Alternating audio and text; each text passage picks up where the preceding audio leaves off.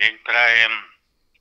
Tu Julo Kováč, podľa mňa nespravodlivo obvinený, prvý politický väzeň na Slovensku. Konečne si ma už nejakí ľudia všimli ako utajený svedok a Mirožiak. Bohužiaľ, politici sa tvária, že ma nevidia. Celé obvinenie, teda moje obvinenie, je naozaj postavené na bode len preto, aby ma mohli potrestať. Myslím si, že Kuciaka zastrelili, teda zavraždili ho a mňa chcú asi umúčiť alebo utýrať dlhou väzbou. Už som tu 5. mesiac, takže tento týždeň, vlastne dnes ma prevážajú do Justičaku, čiže dostanem puta, pôjdem do takého autobusu s vrahmi a ja neviem, s drogmenmi a čo ja viem čo. Tam budem pripútaný o opasok, nebudem vidieť von, že to bude niekedy po obede, potom niekedy večer sa dostaneme do Justičaku, tam budeme zastať nejakú hodinu, okolo nás budú pobehovať psi, potom nás zavrú do nejakej izby na 2-3 hodinky, potom ma konečne otvoria na nejakú izbu a zajtra ma potom prevezú na špecializovaný trestný súd, samozrejme prezliecť, vyzliecť a tak ďalej. Je to veľmi ponižujúce, je to veľmi dehonestujúce, hlavne keď viete, že ste nevinní. To, čo sa deje, podľa mňa je to vlastne len divadlo, ktoré tu pokračuje. Samozrejme ďalej neviem, či nedostanem ako terorista, aj keď som nikdy predtým nebol trestaný, či nedostanem medveďa, to znamená, že nejaké putá na nohy. Teraz počúvam tu také správy, že za všetko môže nejaká gruzínska legia, ktorá usporiadala Majdan na Ukrajine, sa snaží odpútať pozornosť tým, že zistili sme, že na Slovensku, že máme muža a ženu. Ďalej sme zistili, že tu máme nejaké 2% Ukrajincov, proti ktorým treba viesť nenávistnú kampaň, tým pádom si netreba všímať, že krátia sa rodinné prídavky do ceny hore. Nechcem ti do toho skákať, Julko, že zavraždili nejakého Ukrajinca na Slovensku. Ja viem, to sa už ubili nejakého, čo tam, ale nemali to. To znamená, že teraz sú tu ďalšie také smiešné správy, že vraj nejakí hackeri, neviem, či tá gruzínska legia náhodou nie, že napadla kataster, potom, že napadla Všeobecnú zdravotnú poisťovňu a zbor väzenskej a justičnej stráže, databázy. No, ešte chvála Pánu Bohu, že máme Sisku a ona vie, že zistila, že je tu nejaká gruzínska legia, nejakí ukrajinskí agenti. Ja si myslím, že skôr je to nejaká neschopnosť. Čiže gratulujem tomu riaditeľovi Sisky na to, že prišiel na takéto veci.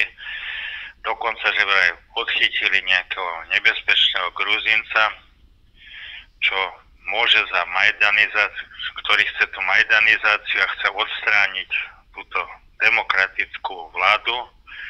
A samozrejme, že za protesty môžu mier za Ukrajinu a nie v našom meste a tak ďalej.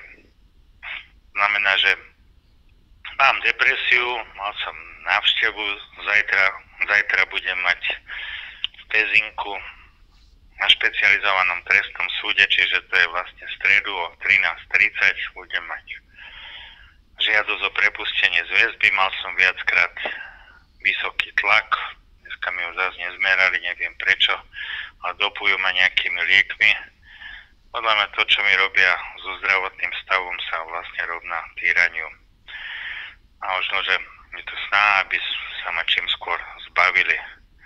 Znamená, Fico namiesto toho, aby bránil Slovensko, mu nepomáha a vymýšľa všelijaké zástupné témy a samozrejme, že podporuje nejakú nenávisť. Čiže koho nezavrú tak ako mňa na 4 mesiace, tak určite to ťažko pochopí. Samozrejme, že pani prokurátorka sa mi vyhráža väzbou až do roku 2006 a dokonca mne hrozí ísť do toho, že vraj na papieri nejakých od 5 do 10 rokov nepodmienene, aj keď som nikdy nebol trestaný, čiže snažia sa tu zmanipulovať nejaký obrovský politický proces so mnou. V inom štáte by toto, čo bolo, nebol ani priestupok a myslím si, že vyjadrenia, ktoré majú vládni činitelia, sú o mnoho horšie ako ja. Držte mi palce, aby som do večera nejako zvládol, aby som neodpadol pri tom prevoze, lebo posledné dni, čo mi merajú tlak, tak mám hocikedy 200, samozrejme minulý týždeň som odpadol. Čo ja viem, čo vám mám povedať. Ľudia, ešte by som vás poprosil, aby ste v piatok, ako aby ste šli na protest, budú tam, spojíte sa s Peťom Bolebruchom a on vám dá ďalšie inštrukcie. Budú tam potrebovať moji priatelia určite pomôcť na tom proteste. Neviem, lebo ten protest je neviem, ako bude vyhlásený, či zás bude, ja neviem, tu sú tu všelijaké vymysleniny, že ten protest je neslušný a neviem aký. Podľa mňa protestovať je normálne ľudské právo. Asi toľko som chcel povedať. Objavili sa fejkové profily trolov, napríklad moje s názvom, že Peťo Bolebruch a je tam všetko oficový a tam, že jediný správny politik upozorňuje, že tento profil nie som ja, je to nahlásené, ale Facebook samozrejme na to nereaguje. Objavili sa ďalšie profily na teba, Julko, tak týmto istých trolov zdravím, že Julo, peklo ťa čaká, alebo takéto niečo, rôzne somariny vypisujú, krematórium a tak ďalej, takže tak si dávajte pozor, lebo tam skončíte na polícii. Všetci toto, čo takéto sprostosti vypisujete. Vieš, Peťo, len problém je v tom, že či to náhodou nevypisuje rovno tá skupina, ktorá je na policajnom prezídiu a SIS-ke a vojenskom spravodajstve, lebo ja neviem, aká ich náplň.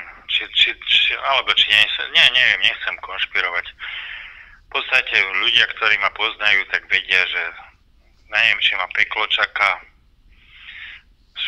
Už to peklo tu mám, tak mimochodom. Ja chcel som pomôcť, samozrejme, že potrebujem pomoc, či už právnu, alebo najlepšie na väzenský účet nejakú, aby som mohol ďalej telefonovať, lebo pomaličky mi dochádzajú peniaze aj na právnika, pomaličky mi dochádzajú peniaze aj na telefonovanie a tak ďalej. Ja som znechutený z tohto štátu, hovorím, miesto toho, aby sa tu starali o ľudí, vymýšľajú sa tu rozličné konšpirácie, podľa mňa nejaké vymýšľanie o nejakej gruzínskej legii a neviem, o ukrajinských agentoch to skutočne môže vymyslieť len nejaká chorá hlava.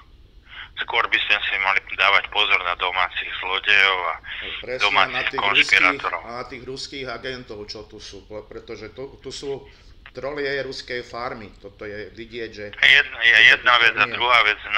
Treba upozorniť aj to, že na ruskej ambasáde, pokiaľ ja viem, je stále viac ako 70 zamestnancov, alebo možno, že aj 80 a 100, a väčšinou sú to rozliční agenti Ruskej federácie. Takže tam si treba dávať pozor a nechápem, prečo nie sú vyhostení, lebo z Poľska, z Česka aj z jedných krajín, možno, že aj z Maďarska už boli vlastne vyhostení títo ľudia. Viem, že títo ľudia predstavujú to bezpečnostné riziko a samozrejme, že potom to predstavuje bombík.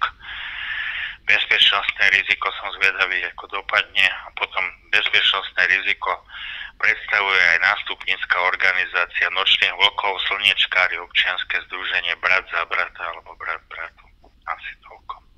Takže ešte raz vás žiadam o pomoc, ak môžete.